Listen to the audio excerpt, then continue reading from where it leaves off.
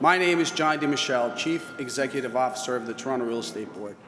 It's my pleasure to welcome you to the launch of our first Market Year in Review and Outlook report.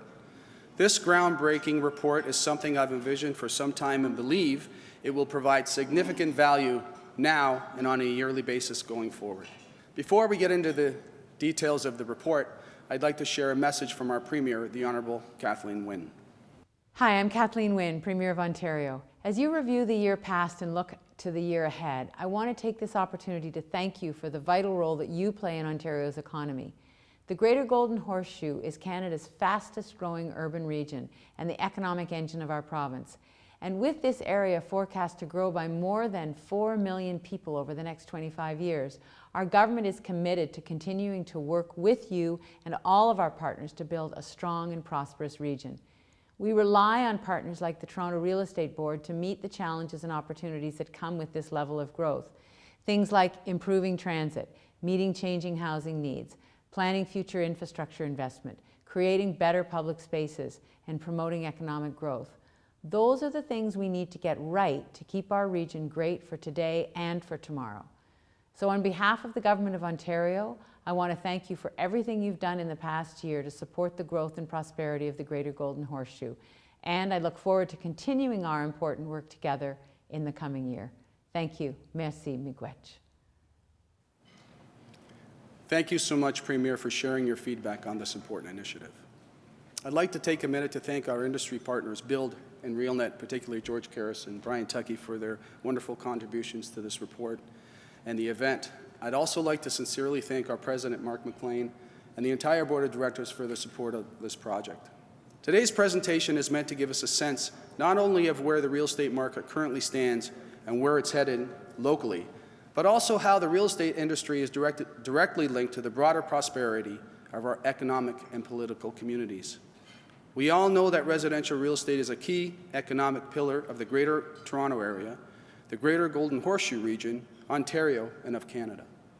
According to a recent Altus Group study, each home sale through an MLS system in Ontario results in $55,000 in additional spending on average. With over 100,000 sales reported through TREB's MLS system in 2015, coupled with additional new home transactions, we're talking about billions of dollars worth of positive economic spin-offs and thousands of jobs. Therefore, there is a responsibility on all of us to promote housing policies that fuel these economic benefits. We need to understand what we're doing right and where improvement is required. We need to ensure that the GGH stays at the top of the global list of regions to live, work, and raise a family over the long term. This information and subsequent data going forward arms us with the tools we need to seize on opportunities, stop thinking in silos, and to begin working collaboratively to ensure what needs to be done gets done in a timely manner. I look forward to discussing the results of our stakeholder outreach and TREB's take later in today's program. And on that note, I know you're excited to hear the presentations, and so am I. I'll hand the podium over to Toronto Real Estate Board President Mark McLean. Thanks, John. Thanks for the kind introduction. And I'd also like to thank you for taking the lead on this important report and opening up such important dialogue. And thank you all for being here. I know that the weather was a bit of a challenge, but we made it all in fine form. I'm Mark McLean. I'm president of the Toronto Real Estate Board. I'd first like to echo John's remarks and thank everyone in the audience today, as well as our entire board of directors and staff for supporting this project. I'd also like to acknowledge at this time the past presidents of the Toronto Real Estate Board who have joined us here today. Welcome and thank you for your continued support of TREB initiatives. A special thank you to those who contributed to this report and today's speakers for their effort. Today we've created something that has real value and presents a way forward for real estate and infrastructure in the Greater Golden Horseshoe. When I look around the room today, it's obvious just how valuable this report and today's presentations are to the various industries and sectors across the region. It's great to see so many public office holders, as well as representatives of Crown agencies, the financial services sector, the building industry, the business sector, not-for-profit and charitable organizations, and the information services and research industry in attendance. Thank you for being here today.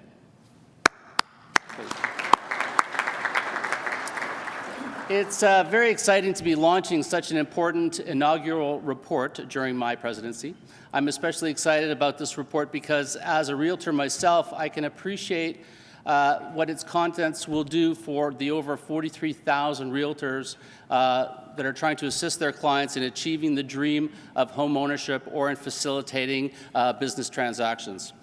Having never before seen statistics on homeowners and purchasers at our fingertips will further assist realtors in better serving the public. You can't put a price on this kind of knowledge, and I'm proud that TREB has the opportunity to share it with you today.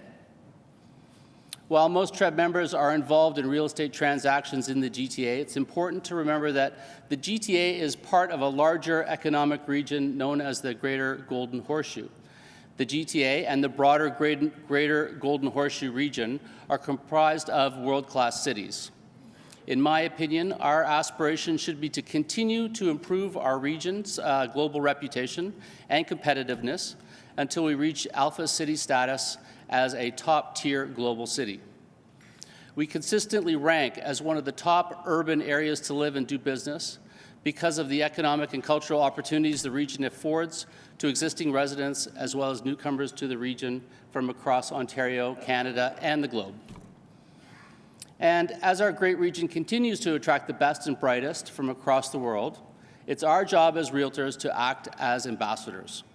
We can use the knowledge we glean from this report and today's presentations to connect with the right buyers and the right sellers and help newcomers to the region to settle into one of our fantastic cities.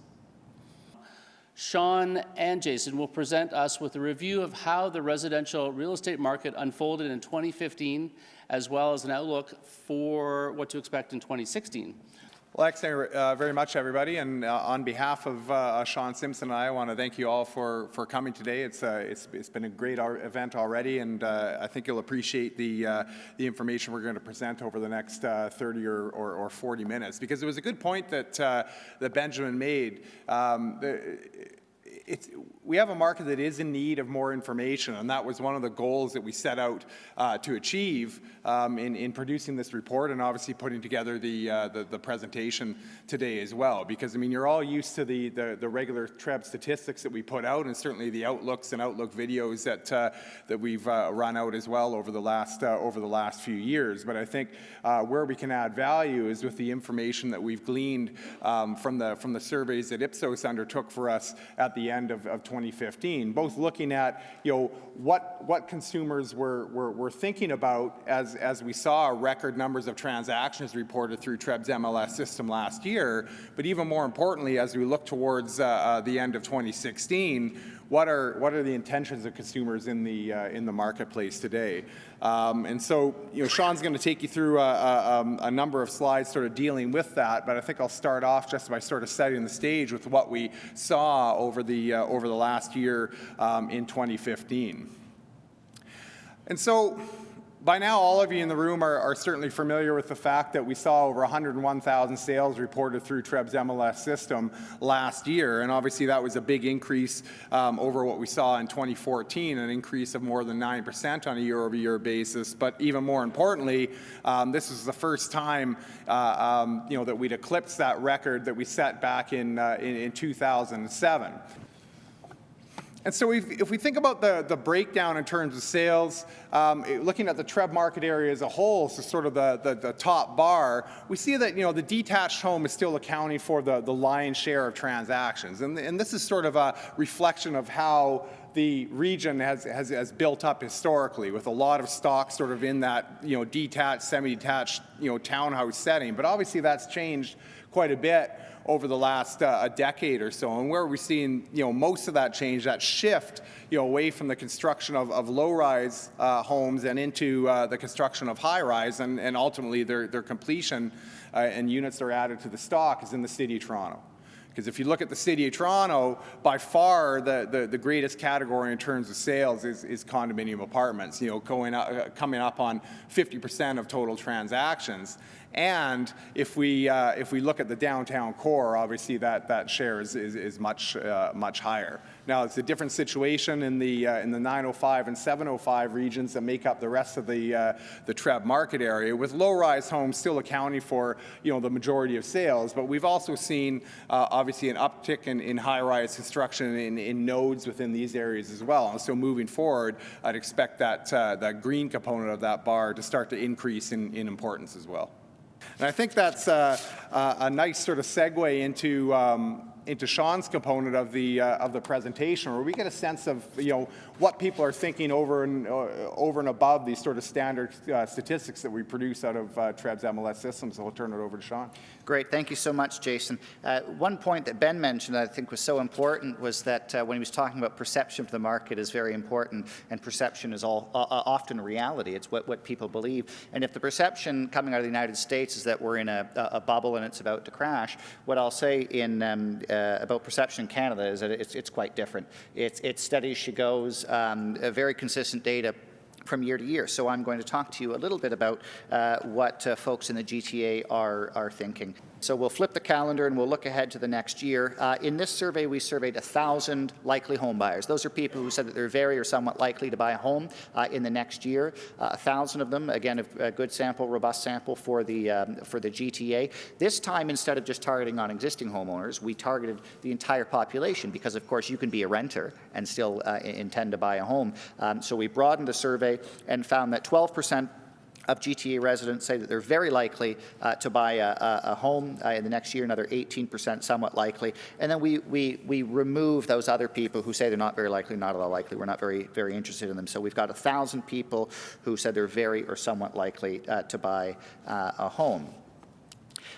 We asked the question about whether these people will be first-time home buyers. You can see here it's 49% of those who are very or somewhat likely to buy a home say that they're going to be a first-time home buyer. Again, higher in the 416 at 56% than in the 905 at 43%. In terms of what they're going to buy, purchasing a new home versus a resale home, again, very consistent with last year. 41% of likely buyers are looking at a new build, very consistent across the 416 and the 905, versus 6 and 10 who are looking for a resale home. These people who like the new homes more likely to be a little bit younger, first-time buyers, probably a condo before they get into a home.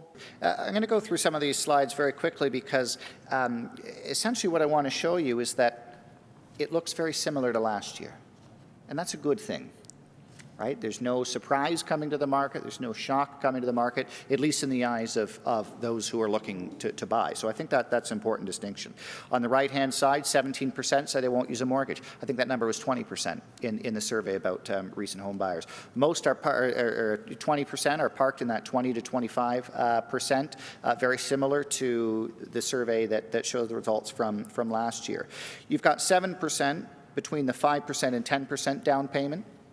Very similar to the survey from last year. And again, as Jason was just talking about, a very small proportion of the population that intends to spend, to have a down payment of between 5 and 10%. And again, only some of those people will be looking to buy a home that has a value of in excess of $500,000. So maybe 3, maybe 4% of the population is going to be impacted, of the likely buying population is going to be impacted. The other thing I should say is that first-time home buyers, you can see where they're tracking in terms of the mortgage, and most of them are somewhere between, I would say, 10 and 25% down payment. By generation, this is as expected. On the very far right-hand side, for those over the age of 55 plus, most of whom have owned a home before, almost 9 in 10 have owned a home, 48% say they won't use a mortgage. They've got enough equity built up that they won't need a mortgage. And younger people do tend to skew a little bit lower on the list here. But it's not massive. It's not significant. They've been saving. They've got their investment waiting, and they're looking to enter the market. What we want to look at is the proportion of down payment decreasing as the price of the home goes up, essentially? Are people using more debt as a term of proportion to fund larger homes, to fund more expensive homes? And in fact, the opposite is true. If you look at that at the average, at the bottom, if the home's less than 300K, on average, people are looking to put 23.4% of that purchase price in a down payment. For the 300K to 500K, it goes up to 25% of that purchase price covered by a down payment. From 500K to 700K, it's 27%. Then it goes up to 33.5% and stays at 33.2% for homes of $1 million or more. So as the purchase price increases, people are actually more likely to put a larger proportion of that purchase price by down payment. So it's not like they're overextending themselves by more to get a more expensive home. The opposite is actually the case. They're putting more of that purchase price towards the down payment. And for those people who are in the 5% to 10% down payment, you can see that they're skewing towards homes that are less than $500,000. So again, they won't be impacted by the changes that the government has announced. And with that, I'll send it back to Jason to summarize the year ahead. Thanks very much, Sean. I think we are definitely on track for another very strong year for sales in the Greater Toronto Area. And right now, I mean, our range is somewhere between 95,000 and 105,000 in terms of home sales. And against that backdrop of strong demand relative to sort of a flat line or a plateau in supply, we're expecting strong price growth again, with the average price coming in somewhere between $655,000 and $665,000. So not quite as strong of a growth rate as what we saw last year. I think sort of at the pre-approval process and what have you, as we've seen that sort of share of income dedicated to mortgage principal and interest, property taxes, and utilities. As that's trended up a little bit, I think that could provide a bit of a ceiling in terms of price growth. But the bottom line is that still very tight market conditions, especially in that low-rise side of the market, is going to see pretty substantial price growth over the next year. So with that, I'll turn it back to Mark, and I thank you very much for your time. Brian and George will discuss some of the trends and challenges in the new home market today, and of course, looking forward. Brian, George, the stage is all yours. I want to start context. You've heard a bit about context, but the context and the demographic reality of the Greater Toronto Area is exceedingly important to the industry that I have the pleasure of representing. Greater Toronto Area is the home, which is the darker green on this map, to in excess of 6 million people. The City of Toronto has in and around 3 million, and the regions around the Toronto area have in excess of 3 million people. And if you've heard of the Greater Golden Horseshoe, the Greater Golden Horseshoe, as defined by provincial policy, is the lighter green area, which you see surrounding the GTA. That area is home to approximately 9 million people today, and by 2041 will grow to almost 13.5 million people. And if you don't get anything out of the discussion today from what I speak on, I think this is the most important. In and around 100,000 people are going to come to this region every single year until 2041, if the forecasts hold true. And what needs to happen from on the ground for our industry is you have to build in and around 36,000 homes, because that's the number of families that are formed in the Greater Toronto region every single year. And generally when a family is formed, you build a home for that family to live in. Federal government, they have interest and make decisions on things like monetary policy and immigration, where the provincial government makes decisions and has biggest impact in areas like land use, policy, transit, and infrastructure for the Greater Toronto Area. Everyone is interested at a government level in the home building industry. We're also one of the most regulated, I believe, and I'm sure the realtors in the room have some empathy for that. Just to give you a sense, in the GTA, it takes well over and usually in excess of 10 years to bring a home to market. If it's a low-rise home, but the whole process from land acquisition to development process takes up the larger portion of that in around 8 to 10 years. Whereas the actual sales and construction of that home is generally relatively quick, over a year or two period. If you look at a high-rise home, it takes 7, 8, 9 years to build, whereas the land acquisition and the development process can take up to 7 years, where and then the construction of that home takes a lot longer. See that just the drag of this regulatory requirement becomes a real issue as we try to bring this underlying challenge of in and around 35 to 36,000 homes that have to be built in the Greater Toronto Area every single year to market. And with that, I'd like to turn it over to George to outline some of the detail. Thank you, George. Thanks, Brian. What Brian just showed you on this slide is a main reason for that. This is a very complicated process through which we have to bring in new housing into the region. And bottom line, what it's asking for is the creation of more high-rise housing and less low-rise housing in this region. And what that's doing is making things very complicated. Why? What used to be two very different worlds, the world of residential development and the world of commercial real estate, are now completely tied together, fused, if you will, through the forces of intensification policies. What does that mean? Where do you get supply for new residential land in an intensification framework? You get it out of the stock of commercial real estate, retail plazas, industrial buildings, parking lots, schools, churches, whatever we have there is now have to be the stock for new supply of residential, and that makes it very complicated and also makes it very expensive. So while we look at the Canadian industrial market, as Ben said, that failed Economics 101, I think what you're going to find here is the Toronto housing market is passing it with flying colors. And if you think about it, as Mark pointed out, every home that you have the privilege to trade was at one point a new home. And what's important to understand is the structural shift that's taken place over the course of the last 10 years, and this chart shows you that shift.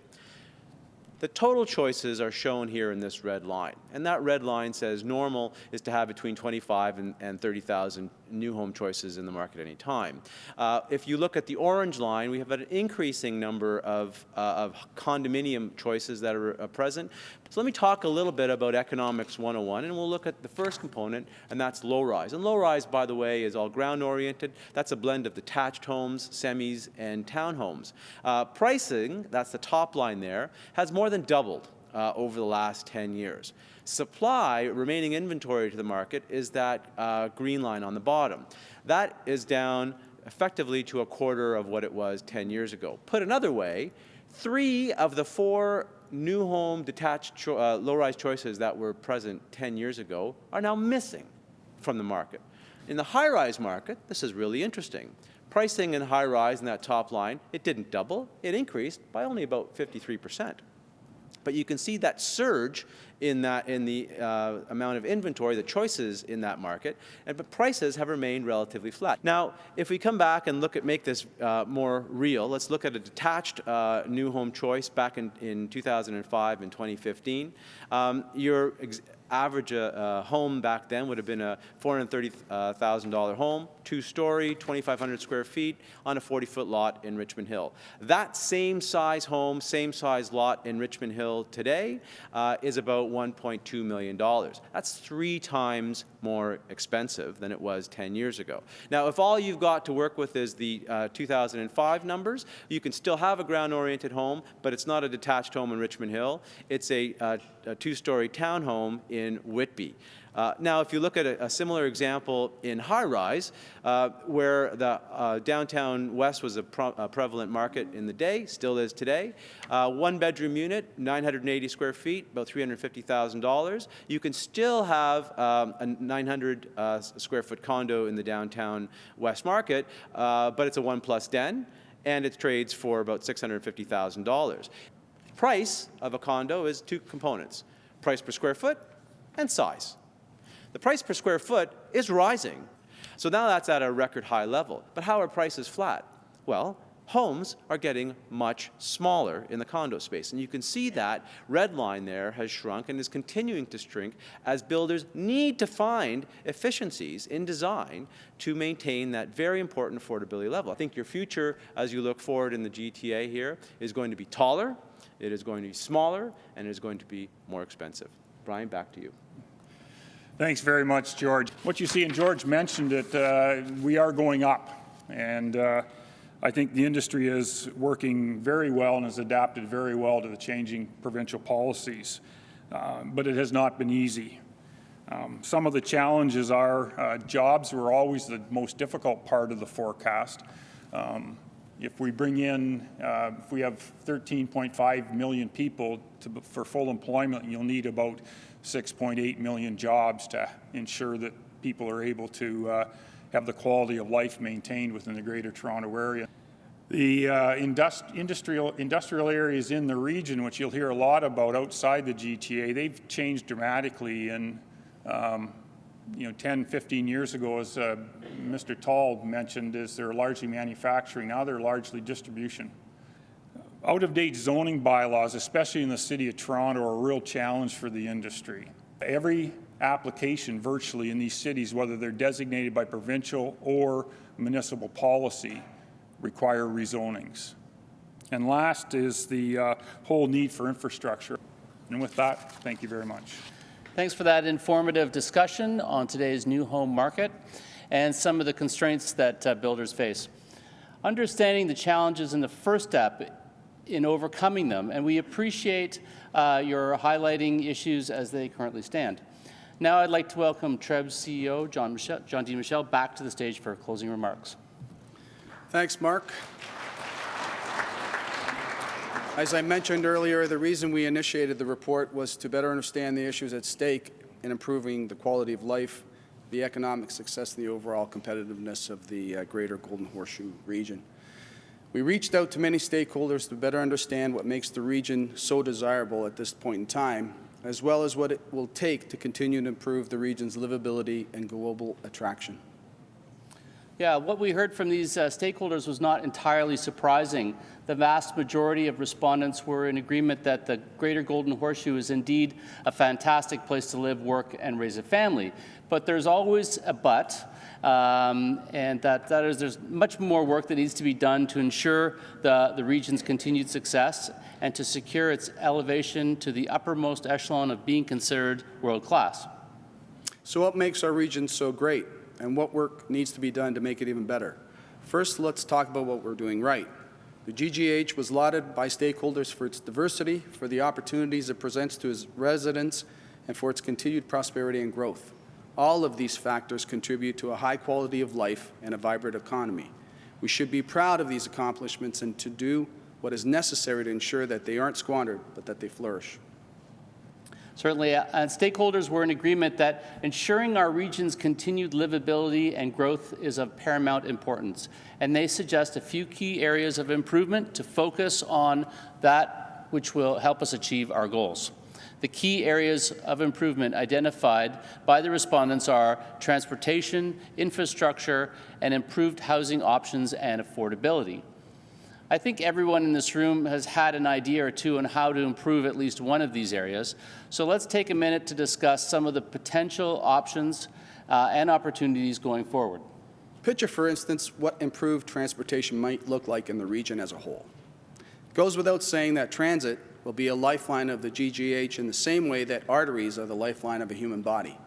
A coordinated, modern, multimodal transportation network is required to keep us productive and connected.